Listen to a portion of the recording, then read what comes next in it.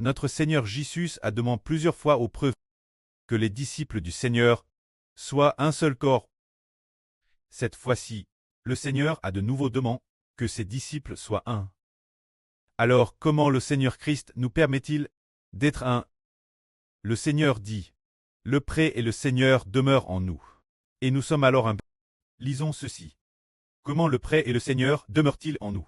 Pour que nous devenions unis les uns aux autres, en un corps qui ne se divise jamais. Le Seigneur dit ainsi, « Je ne prie pas seulement pour eux, mais aussi pour ceux qui par leur parole croiront en moi, afin que tous soient un seul corps. Prêt, comme toi, prêt, tu es en moi, et moi en toi. Qu'ils soient aussi en nous, afin que le monde croie que tu m'as envoyé. La gloire que tu m'as donne, je la leur ai donne, afin qu'ils soient un seul corps, comme nous sommes un seul corps. Moi en eux, et toi en moi, afin qu'ils soient parfaitement un seul corps, afin que le monde sache que tu m'as envoyé et que tu les aimes, comme tu m'as aimé. Notre Seigneur Jésus demande au Précleste de faire de nous un seul corps, que tous ceux qui croient au Seigneur Christ soient un seul corps. Comment est-il possible d'être un seul corps? Comme le Seigneur l'a dit, moi en eux, et toi en moi, afin qu'ils soient parfaitement un seul corps. Le fait que le Seigneur Christ soit en nous, que tous deviennent des membres du Seigneur Christ, signifie que moi en eux est l'Esprit du Seigneur, en tous nos frères et sœurs, faisant de nous tous des membres du Seigneur Christ. L'Esprit du Seigneur Christ nous unira en un seul corps. Unis les uns aux autres, le Seigneur a aussi dit, « Tu es en moi », ce se dire que l'Esprit du pré est aussi dans le Seigneur Christ, faisant en sorte que nous tous ses enfants, ayant la foi l'Esprit du Christ en nous, et l'Esprit Saint de Dieu en nous.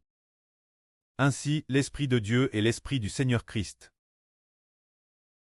nous permettent d'avoir un corps parfaitement uni. Par conséquent, nous ne serons plus jamais divises, parce que l'Esprit de Dieu et l'Esprit du Seigneur sont en nous. En ne se séparant jamais. Temps 1. Prenons un exemple. Par exemple, le mariage dans le monde. Un homme prend une femme pour épouse. Ils enregistrent leur mariage selon les lois du pays. Ils procèdent dans l'enregistrement du mariage, mais après l'enregistrement, ils divorcent en quelques mois, car les lois d'un pays ne peuvent empêcher les gens de divorcer. Elles n'y parviennent pas, parce qu'en s'appuyant sur les lois du pays, ou sur l'amour mutuel entre un homme et une femme. En s'appuyant sur l'amour mutuel, ils se séparent rapidement, face des désaccords dans la vie, ou des mécontentements sur des broutilles. Ils demandent rapidement le divorce. Après avoir demandé le divorce plusieurs fois, ils vont vraiment au bureau de l'état civil pour divorcer. Pourquoi? L'esprit de l'homme ne peut pas permettre. Impossible de faire en sorte que les couples soient unis pour toujours l'une l'autre. Mais comme le Seigneur Christ a dit, ce que Dieu a uni ne doit pas être séparé. Bien esser, le mariage des gens du monde n'est pas uni par Dieu.